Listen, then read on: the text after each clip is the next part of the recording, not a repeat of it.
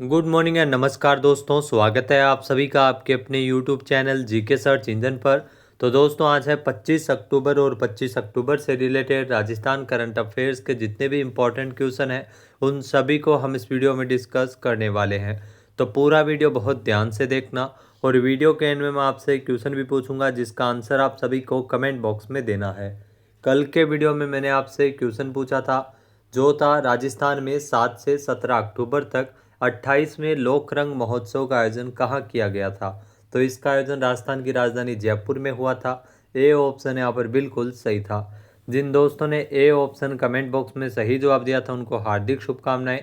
तो जयपुर के जवाहर कला केंद्र में 28वें लोक रंग महोत्सव का आयोजन 7 से लेकर 17 अक्टूबर तक किया गया था। भारत की मनोरम लोक संस्कृति के सौंदर्य से कारोबार करवाने वाले लोकरंग महोत्सव में राजस्थान समेत देश के विभिन्न क्षेत्रों के लोक कलाकार अपनी लोक कलाओं की प्रस्तुति है वो दी थी।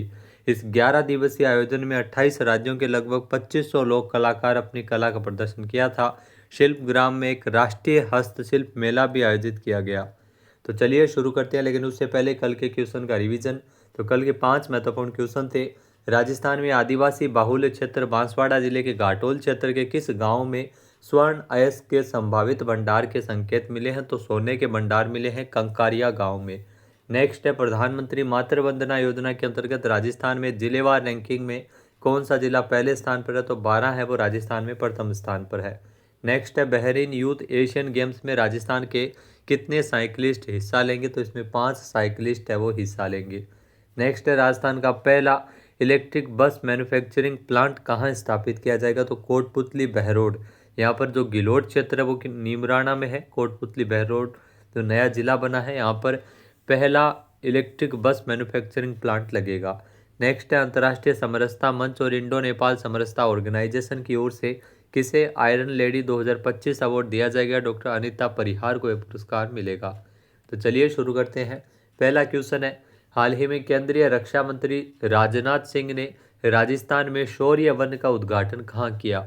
जी हाँ दोस्तों, इसका उद्घाटन किया गया था राजस्थान के जैसलमेर में केंद्रीय रक्षा मंत्री राजनाथ सिंह के द्वारा, यानी कि सी ऑप्शन यहाँ पर बिल्कुल सही है। आइए जानते हैं इंपॉर्टेंट फैक्ट्स। तो राजस्थान में शौर्य वन का उद्घाटन है वो जैसलमेर में किया गया है। जी हाँ, 23 अक्टूबर को रक्षा मंत्री राजनाथ सिंह के द्वारा ये जैसलमेर आए थे रक्षा मंत्री राजनाथ सिंह, जहाँ पर उन्होंने शौर्य वन का उद्घाटन किया था। इसी के साथ ही वॉर म्यूजियम में रक्षा मंत्री ने लोंगेवाला युद्ध में रखे संस्मरणों और फोटोग्राफी का भी निरीक्षण किया था। नेक्स्ट क्वेश्चन है हाल ही में बहरीन में आयोजित हो रहे यूथ एशियन गेम्स में भारत की गर्ल्स और बॉयज कबड्डी टीम ने गोल्ड मेडल जीते हैं। इसमें राजस्थान के कितने खिलाड़ी शामिल हुए थे। तो राजस्थान के 5 खिलाड़ी इसमें शामिल हुए थे। ए ऑप्शन यहाँ पर बिल्कुल सही है। आइए जानते हैं इंपॉर्टेंट फैक्ट्स। तो बहरीन में चल रहे यूथ एशियन गेम्स में भारत की गर्ल्स और बॉयज़ कबड्डी टीमों ने गोल्ड मेडल जीते हैं। जी हाँ, दोनों टीमों ने फाइनल में ईरान को हराया था। गर्ल्स ने ईरान को 75-21 के अंतराल से और बॉयज़ ने 35-32 के अंतराल से पराजित किया था। इन टीमों में राजस्थान के 5 खिलाड़ी भी शामिल थे। गर्ल्स टीम में 4 खिलाड़ी जिसमें निकिता, अक्षिता, लक्षिता और कृष्णा थी, जबकि बॉयज़ टीम में सचिन चौधरी शामिल थे। 3 बेटियां जयपुर की थी और कृष्णा है वो चूरू की है। इसके अलावा बहरीन यूथ एशियन गेम्स का आयोजन है जो 22 से लेकर 31 अक्टूबर तक किया जा रहा है। नेक्स्ट क्वेश्चन है राजस्थान में एक पेड़ माँ के नाम अभियान की तर्ज पर चलाए जा रहे हरियालो राजस्थान अभियान, इसके तहत अब तक कुल कितने पौधे लगाए जा चुके हैं। तो अब तक कुल 18.50 करोड़ पौधे हैं वो इस अभियान के अंतर्गत लग चुके हैं, यानी कि बी ऑप्शन यहाँ पर बिल्कुल सही है।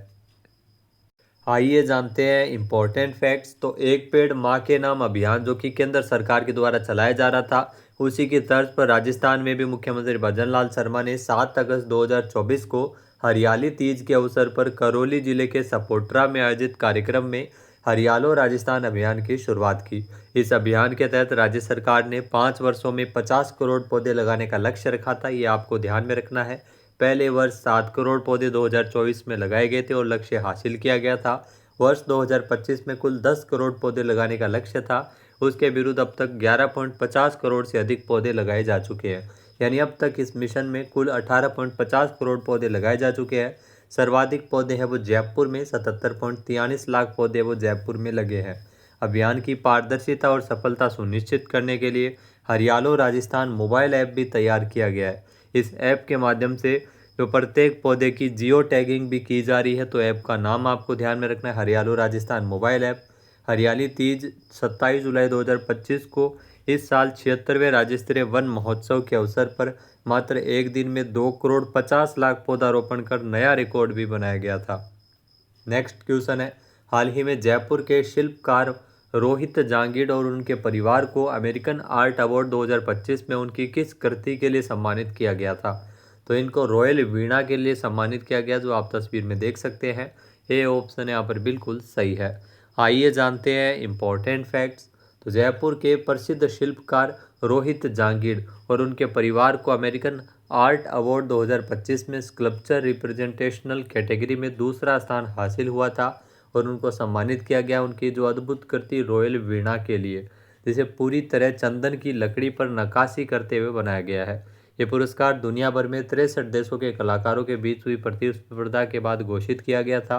2 साल पहले पीएम मोदी ने फ्रांस के राष्ट्रपति इमैनुअल मैक्रोन को जो भेंट की थी, चंदन की लकड़ी से बनी रॉयल वीणा दी थी, उसे भी जयपुर के मोहित जांगीड़ और उनके परिवार ने ही तैयार किया था।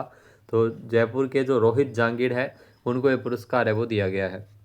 नेक्स्ट क्वेश्चन है, हाल ही में शिक्षा विभाग के जरिए बालिकाओं को हर साल देवनारायण छात्रा स्कूटी वितरण योजना के तहत कितनी स्कूटी का वितरण करने का फैसला लिया गया है? तो 4,240 स्कूटियों का वितरण है वो इस योजना के तहत किया जाएगा, यानी कि ए ऑप्शन यहाँ पर बिल्कुल सही है। आइए जानते हैं इम्पोर्टेंट फैक्ट्स।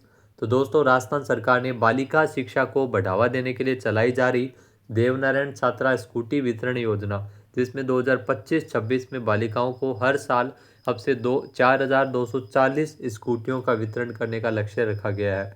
यह योजना 2011-12 में शुरू हुई थी, जिसमें पहले 1500 स्कूटी ही बांटी जाती थी, लेकिन अब इसके लक्ष्य को बढ़ाते हुए कॉलेज शिक्षा विभाग के जरिए बालिकाओं को हर साल 4,240 स्कूटियों का वितरण करने का फैसला लिया गया। ये योजना विशेष रूप से राजस्थान के जो पिछड़ा वर्ग की छात्राओं के लिए है। इसके तहत राज्य सरकार अब तक 74.35 करोड़ रुपए खर्च करते हुए 16,021 छात्राओं को स्कूटी वितरित कर चुकी है। अगला क्वेश्चन है, राजस्थान में भारत पाकिस्तान सीमा के पास भारतीय सेना के कौन से सैन्य अभ्यास का आयोजन है वो हाल ही में किया गया था? तो जैसलमेर के पास जो भारत पाकिस्तान सीमा के पास थार शक्ति अभ्यास का आयोजन है वो किया गया था। ए ऑप्शन यहाँ पर बिल्कुल सही है। आइए जानते हैं इम्पोर्टेंट फैक्ट्स। तो राजस्थान में भारत पाकिस्तान बॉर्डर के पास भारतीय सेना के द्वारा थार शक्ति सैन्य अभ्यास का आयोजन किया गया। यहाँ राजस्थान जो एक्सरसाइज थार शक्ति जो भारतीय सेना की एक एक्सरसाइज है, जो रेगिस्तानी इलाकों में जमीन पर होने वाली लड़ाई पर फोकस करती है।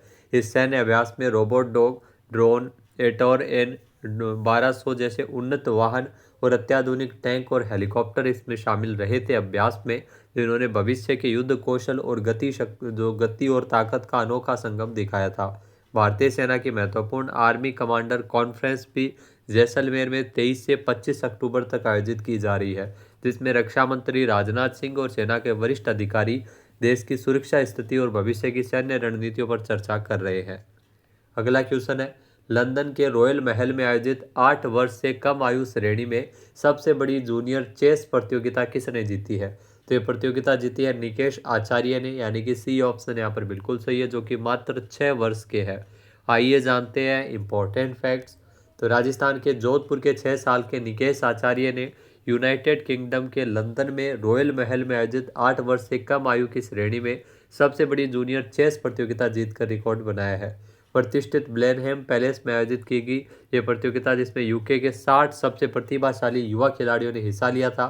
निकेश ने 8 वर्ष से कम उम्र की सबसे कम उम्र की श्रेणी में प्रतियोगिता के लिए कप जीता है। यह यूके शतरंज चैलेंज में प्रतिस्पर्धा करने का उनका पहला सीजन है।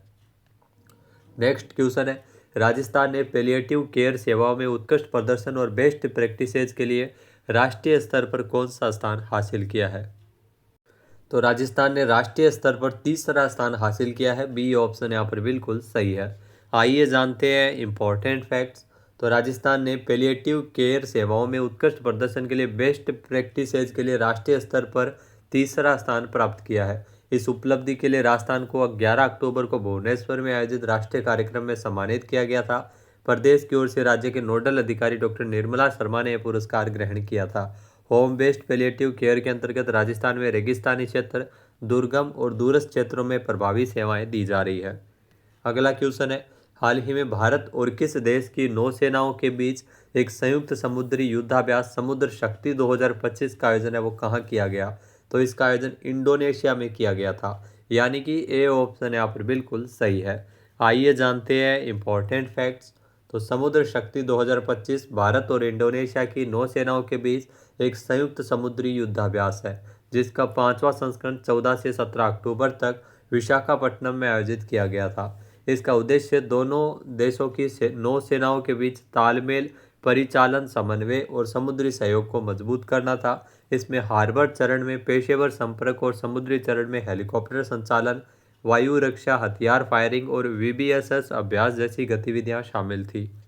अगला क्वेश्चन है, हाल ही में किसे भारतीय सेना की टेरिटोरियल आर्मी में लेफ्टिनेंट कर्नल की मानद उपाधि प्रदान की गई है? तो नीरज चोपड़ा को यह उपाधि प्रदान की गई है, जो कि ज्वेलन थ्रोवर है, आप देख सकते हैं तस्वीर में, यानी कि ए ऑप्शन यहाँ पर बिल्कुल सही है। आइए जानते हैं इंपॉर्टेंट फैक्ट्स।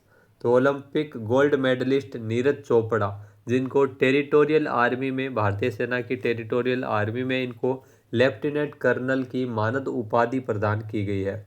वर्ल्ड एथलेटिक्स की रैंकिंग में नीरज चोपड़ा दुनिया के नंबर 3 ज्वेलिन थ्रोवर है। उन्हें अर्जुन पुरस्कार, खेल रत्न पुरस्कार और पद्मश्री से भी सम्मानित किया जा चुका है। अब बात करते हैं आज के हमारे क्विज के, जिसका आंसर आप सभी को कमेंट बॉक्स में देना है। तो आज का क्विज है, राजस्थान में आदिवासी बाहुल्य बांसवाड़ा जिले के घाटोल क्षेत्र के किस गांव में स्वर्ण अयस्क के संभावित भंडार के संकेत मिले हैं? एक बार फिर से सुनिएगा। राजस्थान में आदिवासी बाहुल्य क्षेत्र बांसवाड़ा जिले के घाटोल क्षेत्र के किस गांव में स्वर्ण अयस्क के संभावित भंडार मिले हैं? सही आंसर आपको कमेंट बॉक्स में देना है। और अगर ये वीडियो आपको अच्छा लगे तो इसे लाइक और शेयर करना बिल्कुल ना भूलिएगा। चैनल पे नए जुड़े हो, सब्सक्राइब नहीं किया है तो भी सब्सक्राइब बटन पर क्लिक करें। इस वीडियो की जो पीडीएफ फाइल है वो आप वीडियो के डिस्क्रिप्शन बॉक्स से डाउनलोड कर सकते हैं। क्वेश्चन आंसर आप वोट करके भी कर सकते हैं। वीडियो देखने के लिए धन्यवाद। जय हिंद, जय भारत, जय राजस्थान।